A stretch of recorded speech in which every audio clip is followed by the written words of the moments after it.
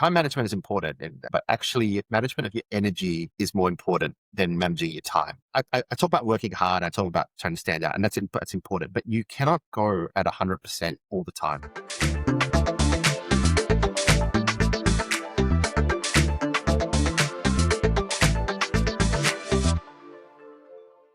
Hi, everyone. Welcome back to Graduate Edge. I'm Josh McKenzie, and if you're new here, this is where we sit down with people who've navigated the messy, uncertain, and exciting early years of their careers, and of course, live to tell the tale. This conversation is with Terence Koo, someone who joined a Big Four professional services firm after university before moving through some of the biggest names in FMCG, in telecommunications, and in online marketplaces in Australia, in China, and in the UK. But what makes this conversation so valuable isn't just where Terence has been, it's what he's learned along the way. Something that stood out for me in this conversation was Terence's approach to managing his energy. See, everyone tells you to manage your time, but what if the real game changer is learning to manage your energy instead? Terence and I dig into this, and I think his approach to this might completely shift how you approach your work. We also tackle something that might sound counterintuitive. It's around getting good at the boring stuff early in your career. I know, not exactly the most inspiring career advice, but Terence's breakdown of why mastering the mundane tasks, the things everyone else overlooks, is actually what sets you apart early in your career and gives you a foundation you can leverage for many years to come.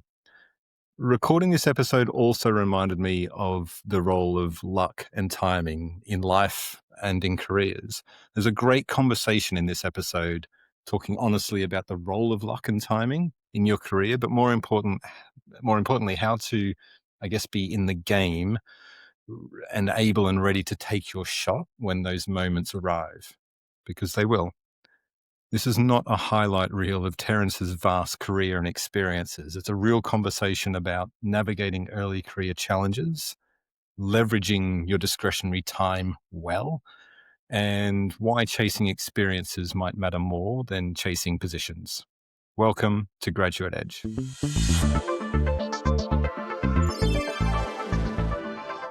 Take us back to coming out of university and entering the professional world for the first time. Where were you? But more importantly, what did that feel like for you? Yeah, so I finished my university in Sydney. I didn't go straight into the workplace. I had an opportunity to work with an NGO for a year or so, and that gave me the chance to build on my leadership skills because it was a student-run organization, and you were able to uh, learn how to grow or build an organization for a little bit. So I did that for a couple of years. My first job was actually with PwC in London. So I didn't come through a graduate program in Australia. I actually went through an internship program overseas.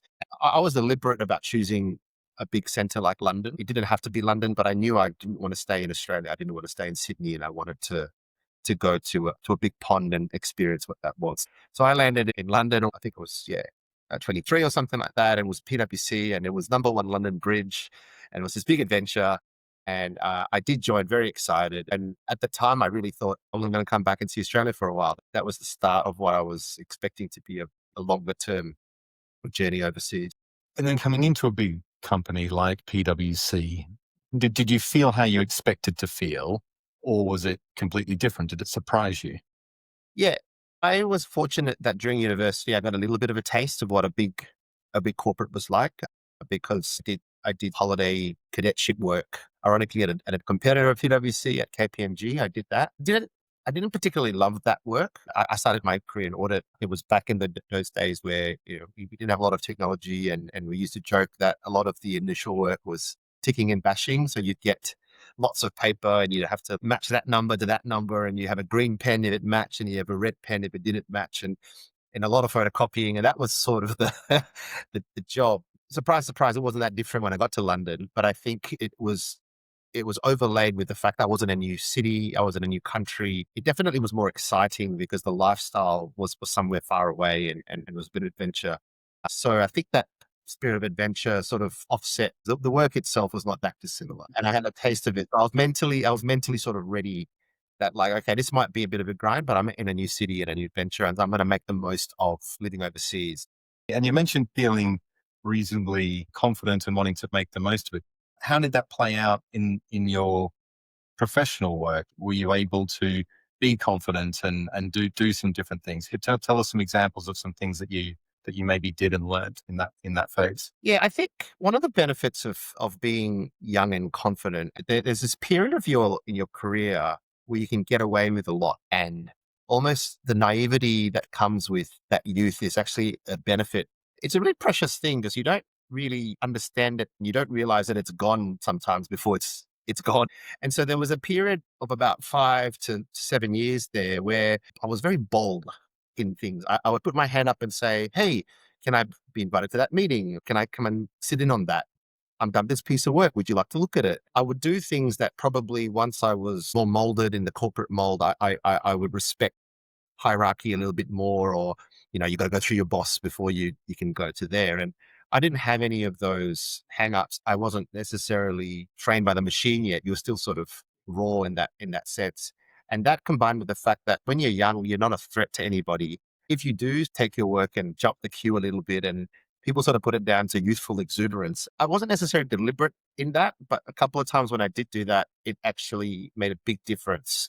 Interesting. Can you tell us about one of those moments? Well, let's think of a time maybe where it played out well, and then was there a time where it maybe didn't play out well?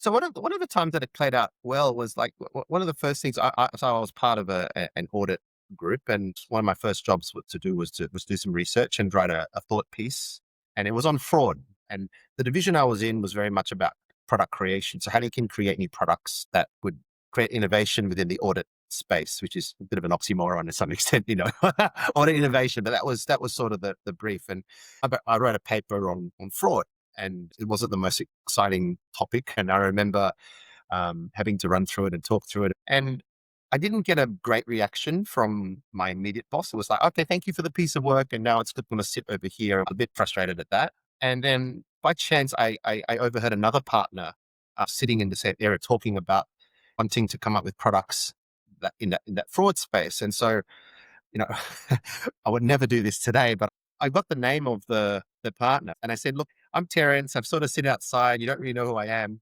but I happen to have written this paper on on fraud, and you might find it interesting." And sent it across to him. And next thing you know, it was about 2 days later, I got this tap from his secretary, and he said, "David would like to have a chat with you." I didn't know this at the time, but this was the number two partner of PwC in the UK.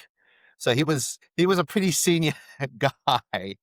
And I still remember that meeting so clearly because I walked in, I was like, "Oh, this is pretty cool. I'm going to go and chat to David. He seems like a nice guy." He asked me a few questions about the paper and everything, which was great. We talked about that. And then next thing you know, we're talking about sports cars and things like that. Long story short, I ended up working for his team. He ended up becoming a reference. And I still remember one of the comments when I came back to Australia. And I came back to Australia with PwC, and one of the partners pulled me aside and said, "How on earth did you get him as your reference? You can't get an audience with David. Like he's too high up in the hierarchy. How on earth is he a personal reference of yours?" Right? At the time, I didn't really think much of it. I was just trying to get ahead and do good work. I was no threat to anybody. Like if I did that as a manager, people would be, "Hey, this is not right. Get back in your box." As a young kid, it was like, "Oh, there's the Australian who's showing some great confidence." And that's an example. I think when you first start out, you've got that ability to be as bold as you want to. You can walk into a senior person and say, "Hey, can we have a chat? This has got a point of view." And they're like, "Oh, that's okay. That's the young one. Like, isn't that cute?" But you can use that then to build, and as you get further on in your career, networks are really important. For a young person listening to this who has an idea, wants to write that paper on that thought piece, or has an idea for a project or something that they could be doing for a stakeholder, maybe too afraid to speak up, what would you Mm. recommend they do? Like what would be your advice to them? Yeah. Courage is an interesting thing. And some people might start off naturally having too much courage or too much confidence, and others don't have enough. I think mindset's really important. If you understand that there is this period where you can be a bit bold and you understand it's finite as well, that can be part of the narrative you help work with yourself to give yourself the courage to be able to do that. It's like, I need to take these steps now because that card is not available for me in 5, 6 years time. I can do it now, but I can't do it later. In terms of then how you do it, I think people have to get comfortable with the method in which you want to do that. So if I take myself, for example, I didn't go up and say hi. I wasn't bold enough to go and shake someone's hand and meet them. That was not my style. My style was I, I always try and do really good work. I've done good work that was of a certain quality. Well, I thought it was of certain quality. My manager at the time didn't resonate with him. And so I used it through an email, which I crafted in a very respectful way, as in, this might be helpful. I didn't sort of take a bravado, like, I've done this work, you should look at it. I did it in a very like, I don't know, but this might be helpful. And if it is, love to chat. And I did it through email, so I didn't have to have a conversation. And I did it in a way which was comfortable for me to communicate using my work. Now, I think different people, based on their own personality and stuff, might have different ways of doing it. I think it's really important you find a way to communicate that is comfortable for you. In Yeah. my particular case, I was a writer at school, and so I was confident in my writing ability. So I was also confident in being able to craft an email that was authentic to me. Early on into the workforce, being respectfully bold maybe helped you get noticed. Mm. Were you then able to kind of follow that through and make yourself sort of, I don't know, high value, indispensable? Often when people come into the workforce, I can relate to this. When I came into the workforce on my grad program, I wanted to work on the cool projects, anything that was, a little bit out of the normal, or even if it was just in the core work of the company, I wanted to do the more interesting work. That's not always available. What was your experience with doing interesting work, non-interesting work? That's a really good question, because as I shared, I started an audit, and let's just say there's not a lot of interesting work in the audit space. And I would say what people would consider interesting or exciting or adventurous work probably didn't land on my desk for another 5 to 6 years. There's a couple of influences. One, I think, is my immigrant background, where you're always told, you know, you got to grind it. It's, work hard. That was never a problem for me. But another influence for me was this concept of a T-shaped profile, something that I learned very early on. So it's like, you've got to be deep skill set in something, and then you've got to have some breadth across, and you're going to try and build this T profile. And so I was very conscious early on, like, what's my skill? What's my thing that I'm going to be like, like a subject matter expert in? Rightly or wrongly, that skill for me that I ended up building, that was internal audit. And people meet me today and they get quite surprised by the fact that, like, whoa, you're an internal auditor. And, my view was always, it's not where you start, it's where you finish that matters. And I got that advice from someone very early on. But in order to get on your journey, you've got to have a foundation to be able to propel yourself off. And, I worked for PwC, and I had a choice of external audit and internal audit. Internal audit is a lot more qualitative than numbers driven. You have to write reports and you have to interview people, which is a bit more my jam. And so I said, well, if I'm going to do it, I might as well get bloody good at it. And whilst it's boring, like, there's got to be a positive in everything. So if I'm going to have to do boring stuff, then I'm going to be as good as I possibly can in that stuff. And I'm going to dedicate myself to getting good at that for a while and see what comes out of it. So I got really good at an internal audit, and all the disciplines that came with that internal audit, as boring as it might be. One of the key skill sets that getting really good at internal audit taught me was how to approach and talk to different people cross-functionally, because internal audit is very process orientated. It taught me how to think about business processes, which was put me in really good standing later on, because, I've ended up in more strategic type work now, but to understand strategy, you have to understand how different parts of the business operate. And so spending time in that thing helped that. I also read a thought piece really early on that if you got really good at internal audit, it could save you money in other areas. And so I just went, well, fine, if I'm going to have to do this anyway, I'm going to do it to the best of my ability, and I'm going to show what great can look like. So, for example, one of the benefits of having a really good internal audit program is that the external auditors can rely on that work that you've done if you've done it to their quality. Companies spend a lot of money on getting a third party to come and check their books, but if you've done really good work on internal audit, you can leverage that work. one of the early wins I had in my career, once I left PwC, I ran, I guess, the internal audit program for a company called like Nathan, and I managed to get their external auditors to rely on the program that I ran, and it saved the company about $1 million in cost. And that's what made me famous. Was known as the kid that threw himself into a really boring area like internal audit, but actually showed people how internal audit can be a total business benefit.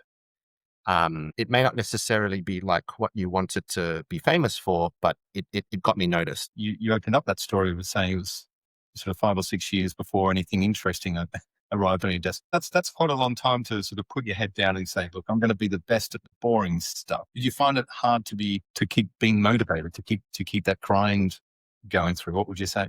Yeah, I think absolutely. As I said, it took me about 5, 6 years. Maybe people can do quicker now, but it's not in 6 months. You can't Yes. build a genuine skill set faster than that. I think people have got to make their personal decision around, can they last that? So some people are lucky enough that they find something that they want to be good at and they love that thing they can be good at, and it lines in beautifully where they want to get to straight away, and it moves. That wasn't me. And I think in your case, Josh, you just went like, I can't deal with this. I'm going to go and start my own business because I can't last 3, 4 years on this. And I was like, well, no, I didn't love it, but I was lucky to be in some good clients. So I still got international travel. I was still with a big company. I did capital projects in this space. So I got to go to some obscure places and stuff. So there was enough variety in there, even though the actual skill set was a little bit, Yeah. mundane and boring. How I kept motivated was like trusting in the sense, I think you make a black and white call. I'm either going to move on to something where I can dedicate 3, 4 years, or if I'm going to choose to do it, then I'm going to do it properly. Because I always felt that time is one of your most important assets. If you're going to invest time, then at least do it in a way that makes you stand out. Yeah, I think that's great advice. And when you think about what middle managers are looking for from their early workforce, actually to do the work that needs doing, do it well. If you can get good at doing the boring stuff well, it makes your manager's job easier. That person automatically likes you more now. What do you think then for someone listening to this thinking, okay, I get that. Be really good at the boring work and that pays off. How do I know what's boring and valuable versus just boring? Bottom line is you don't really. I think, first of all, back to the question, do I want to invest serious time building this skill set? Yes or no? And as I said, like, you might not always love that skill set, but you got to start somewhere. And that was my sort of mindset on it. I don't love it, but lots of people make careers out of it. And it came with travel. It came with exposure. It came with meeting lots of different people. In terms of where it opened up, I couldn't have guessed that laying a good foundation for internal audit would open up options for me to move into procurement for a little bit, would actually make me very operationally savvy, would actually, the years of honing an internal audit report made me very good at writing executive PowerPoint decks and copy in that later on. I didn't know enough to make those dots at it. But by honing the skill set, it was giving me a platform of transferable skills that I eventually found the things that I love doing, which was strategic planning and strategy work. A lot of people go like, oh, I want to do strategy because it's sexy and cool, but I didn't get into BCG. Like, oh, I didn't get into McKinsey. So how do I do that? Right. The way I got there was I got really good at process.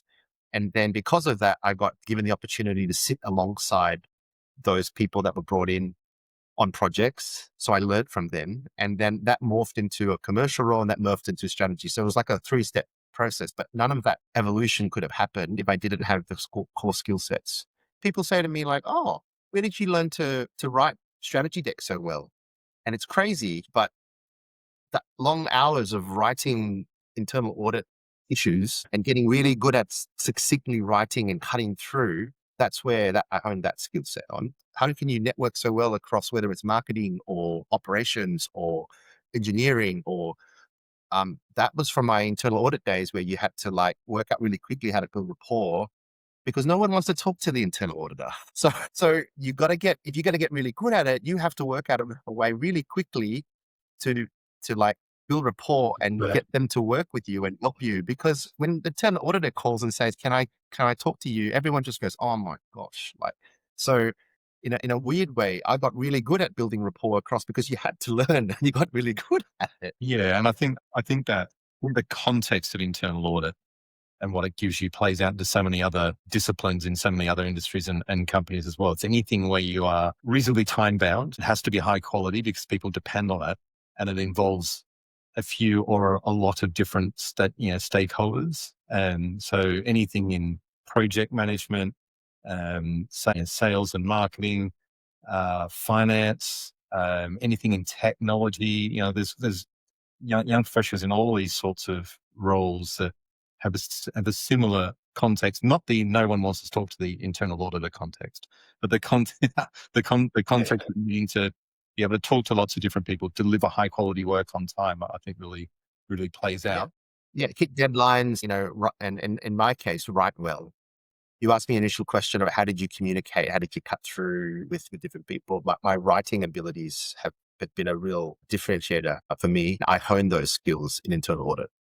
I'm interested in Mm. what you're doing with your discretionary time, if anything. And I ask because it's really common for people to have side hobbies, side interests, side hustles, do other things. And I think all of these types of activities are really great training grounds for transferable skills that play back into your core career. What was your view at the time, or what's your view now on using Mm. discretionary time, extra time, spare time? Discretionary time. This is an interesting question because I grew up in an era, or my personality type was I wanted to climb. I wanted to have a successful career. I had some role models in family who were successful in the corporate world, and so I wanted to do that. And so anyone I spoke to was like, well, in that early period where you're not encumbered by mortgages, you're not encumbered by family, kids, etc. You got time. You have the benefit of time, and you've got also energy as well, right? So in my case, I was able to work a lot at work, and by spending a lot of time doing a lot of work time at work, I was able to perfect those skills and work through those skills. Having this focus on what skills am I acquiring and how am I using that time? And I'm using that time to absolutely perfect as many skills as possible so that I'm future proofing myself. That's that 20s period in my 20s was where I had the time to be able to do that. And I think there's a nexus between you got time, but you've got skills that you want to learn.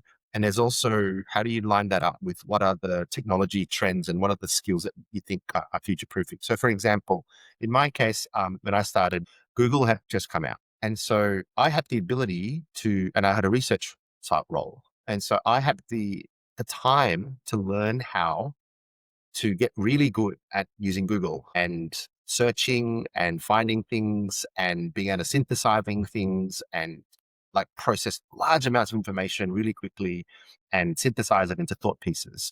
And so I spent a lot of time on Google and I got really good at it. And now that skill now is no longer that differentiating. But at the time, it was huge because some of those older PwC partners still assumed I was walking to the library to look up books and papers.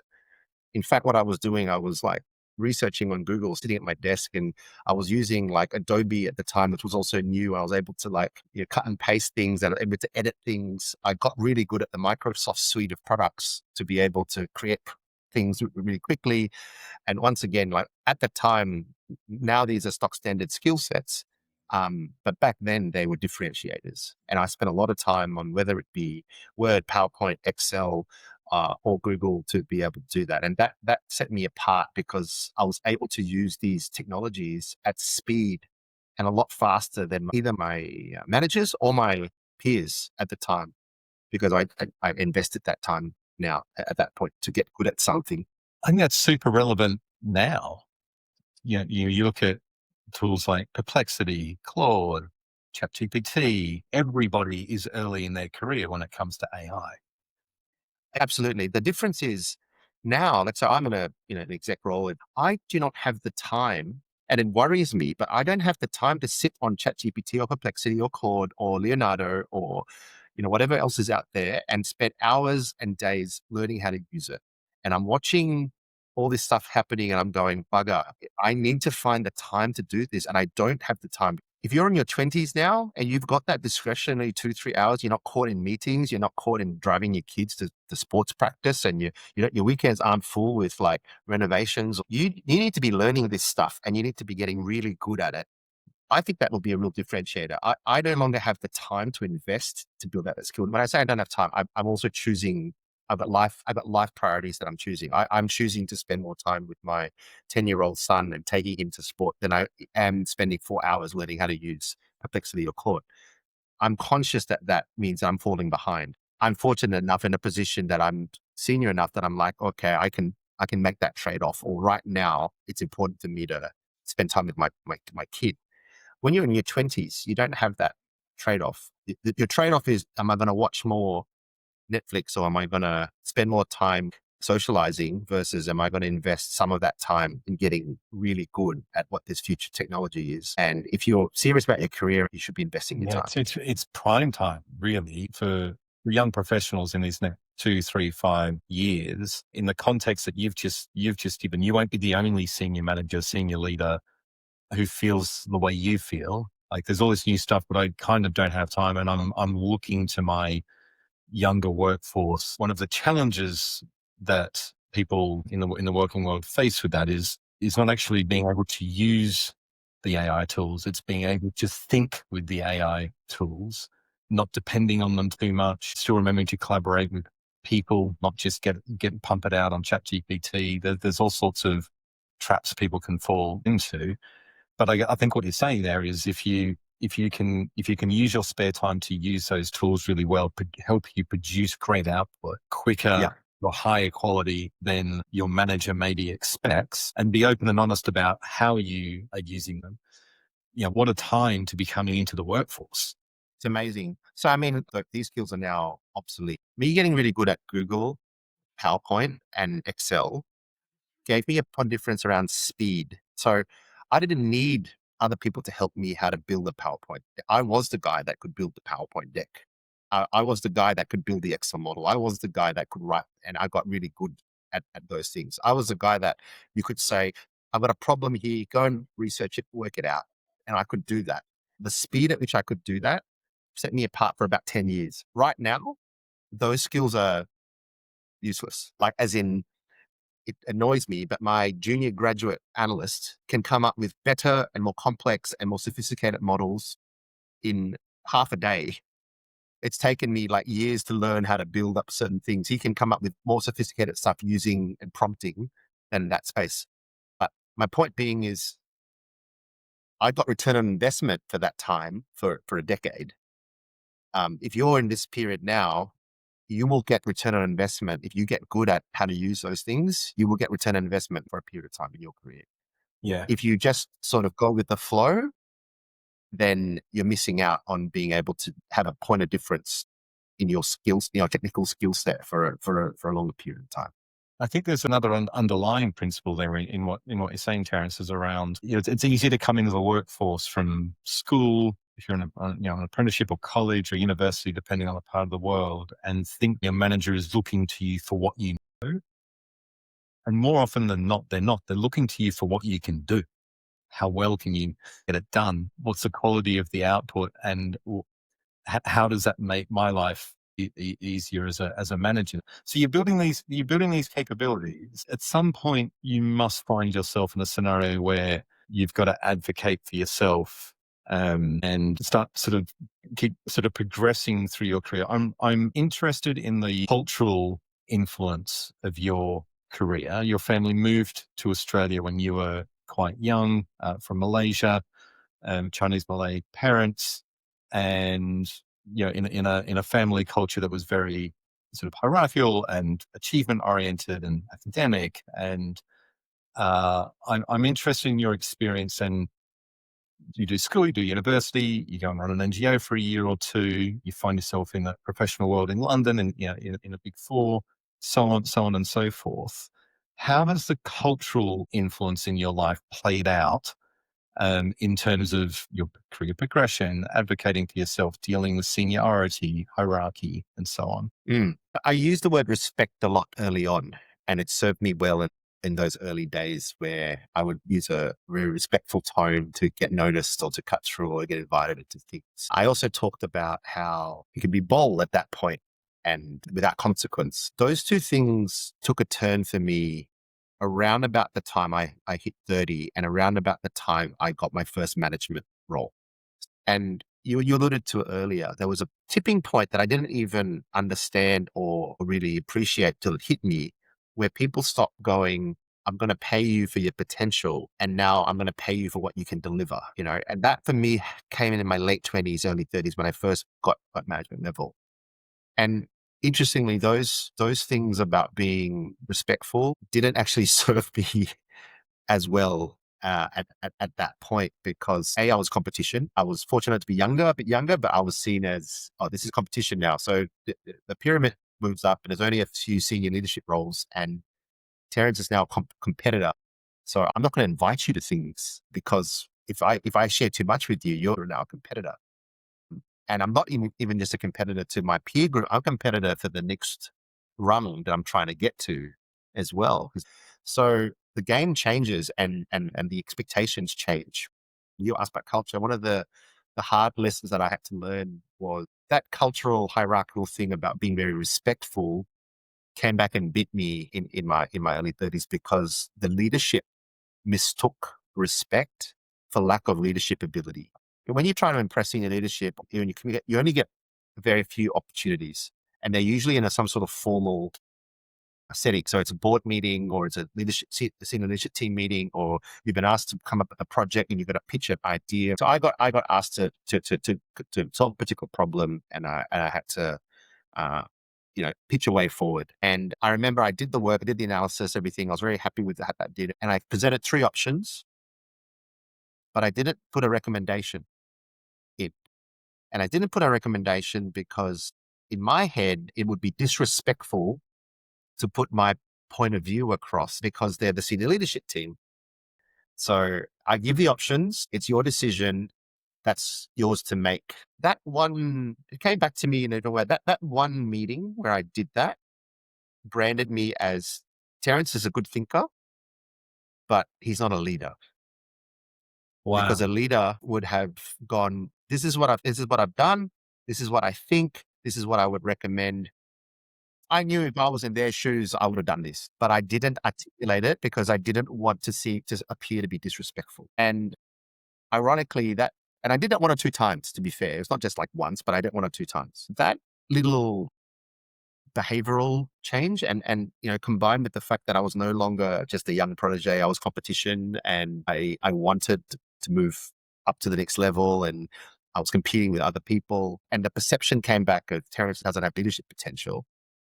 It was strong enough and serious enough that I had to leave that company because I wasn't willing to work through time it would take to change that perception in senior leadership. Remember, I had this discussion and I was like, they asked, where do you want to be in 5 years? And I was like, well, I want to be a commercial director. That was the next rung. I was a commercial manager. I want to be a commercial director. Look, there's 6 of you a commercial manager. There's only 3 commercial director roles. I think it was 6 or 7. One of those roles has just been filled. So there's only 2 available in the next 3 to 5 years. Of the 6 or 7, you're not in the top 1 or 2 ranked now. So we can't guarantee that you'll get to that position. What we can do is we can move you around to different commercial manager roles so you can learn different parts of the business. But that pathway, that speed of that pathway, I wasn't comfortable with. I wanted to move faster than that. And so I actually ended up leaving because it would have taken me 2, 3 years. Once I realized that was what I was missing. And I'm very grateful to this day that someone was brave enough to give me that feedback, which was like, mate, you didn't make the recommendation, and that's why people think that you can't lead. And I was almost like gobsmacked. I was just like, seriously? I ran a 100-person NGO when I was 21. Like, what do you mean I can't lead? I can wipe the floor with this. But I had that brand that I ended up moving. And let's just say I didn't make that mistake again. And I eventually got to that next rung in the time frame I wanted. But I had to make a move out of that business to do so. It reminds me of the song in Hamilton about taking your shot to some extent, Yeah. because there you were introduced into the senior leadership meeting to deliver work, to deliver the project, whatever it was. You're not there to get a promotion. And I think there's a lesson there in when you're young, early in your career, moving through middle career, we are always making a first impression. Every moment is a kind of a first impression. So yes, if you get invited into that room, deliver a project, your manager says, come and help me present it. don't just think about that as you're there to click the slides along, or you're there just to say the bullet points on slide 3. Think about the impression you're making. It's not about getting a promotion or whatever, but think about when you walk out of that room, how do you want that senior leadership team or that project team to think about? You're building a your reputation. So there's a deliberateness that's healthy about it, but which I think for a lot of people are early in their careers, there's a fine line between sort of advocating for yourself and putting yourself in those moments and taking the shot, and coming across sort of entitled, pushy. Who is this guy? Why does he have a recommendation? Do you have a view on treading that line? Does the line even exist? Yeah, and look, you opened it with culture, and it's an interesting cultural. What I'm just sharing here, I think is very specific to the Australian cultural context. But everything that I've learned coming up through and now being a senior leader myself is that there is a bias that people that can articulate an opinion well and they associate that with leadership. Now, I think from a different perspective where I come from, in a different cultural, if I was in a different country, that would not be true. But in Australia, I think it is true. And if you can articulate, you can make an argument, you don't have fear of hierarchy, you can respectfully do so. More often than not, you get brownie points for that than if you kept quiet. And so for those of you that maybe are not necessarily just more confidence driven like that, you have to work out that there are tips and tricks and techniques that you can use. You want to build the right perception, the right brand perception at that time. And there's different ways to do that than, rather than forcing your recommendation down.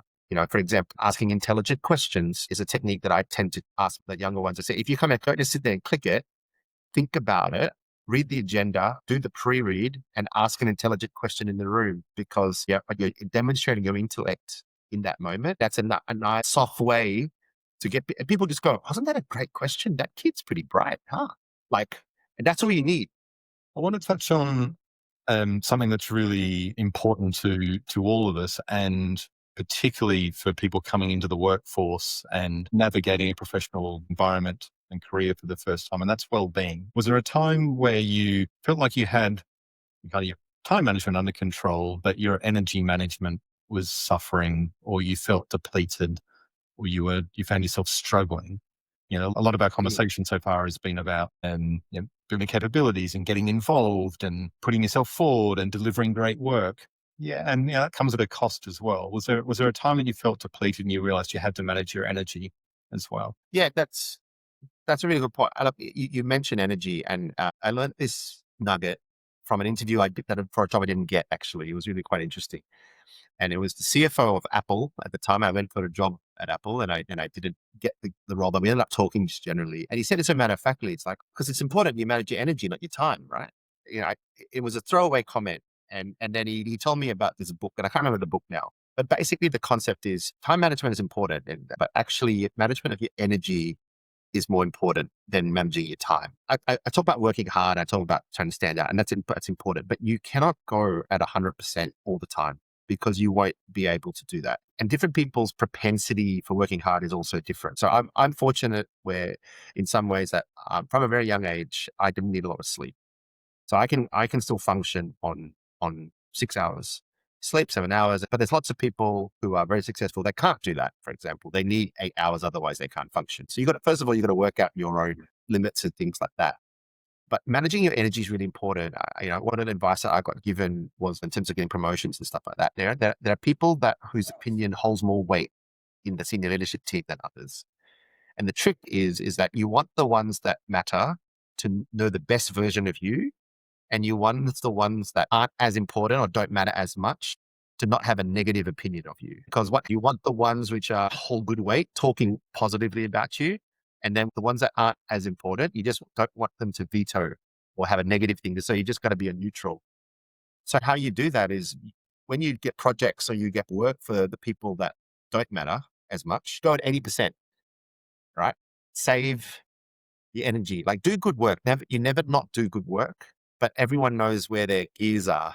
So you go through the gears. Don't go to 100. Save that energy, because when the people that have got the biggest influence ask you to do something, you want to be able to have enough gas in the tank to go to 110. And so that's an example of how you manage your time, but you manage your energy levels too. You protect your energy so that when it matters, you can go into overdrive. If you run at 100% the whole time, you don't have anything left in the tank to impress or to stand out when it matters. That is great advice. I'm going to take that on. I mean, at first, it sounds pretty harsh, actually. It sounds political at first. Work out the ones who matter, give them 110%. Work out the ones who don't matter as much, give them 80. As long as they don't think negatively about you, you're fine. You take that framework into other disciplines, but you take that into sport and you watch a football team on the field on a Saturday or a Sunday afternoon.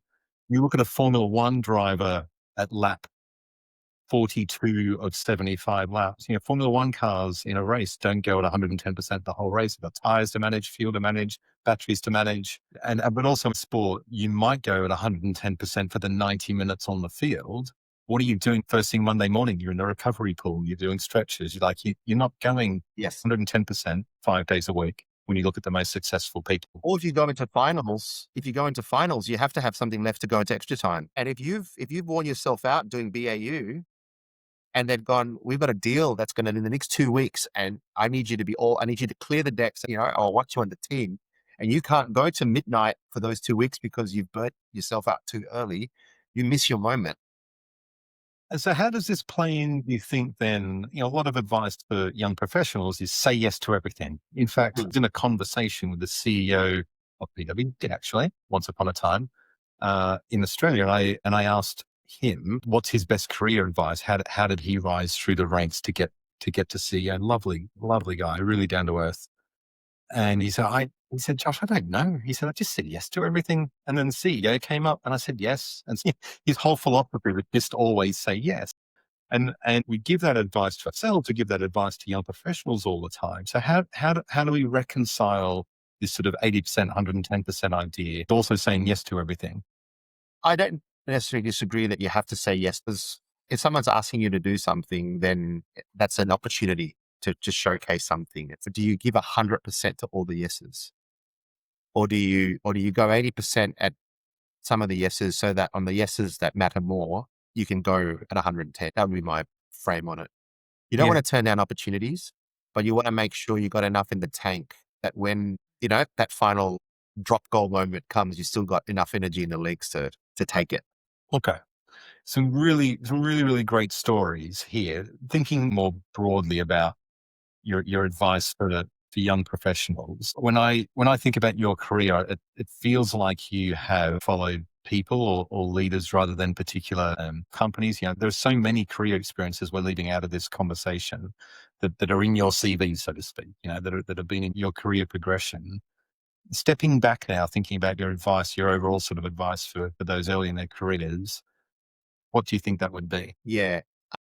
I did move around a lot, and there was probably two conflicting pieces of a career advice I got given early on. The first was, it doesn't matter what role you take, but pick an area, pick a category or an industry, and stay in it. And then you can bounce around within it, and you can stay in that for a period of time, and you can get good at that industry, and then that's a way of navigating. The other piece of advice was, don't chase positions, chase experiences. So when an experience comes up, go after it. If there's a particular person you want to work for, go after that, etc. And so I had both of those. So I spent a bit of time in audit at consulting, about 5 years, and then I spent probably a good 10 years in a mixture of retail, like shopping centers, but then also consumer goods, which is sort of a top retail as well. And then I moved into telco for a period of time, and I'm now in media. If I had my time again, I think both of those pieces of advice are true, but maybe I would have limited it a little bit more. So there are those that have said to me, oh, Terence, if you had stayed in an industry a bit longer, if I'd stayed in telco, or if I'd stayed in shopping centers for longer, I would have been further up the chain than where I am now. And so, and maybe part of that is true. There are days where I go like, oh, was that the right call, etc.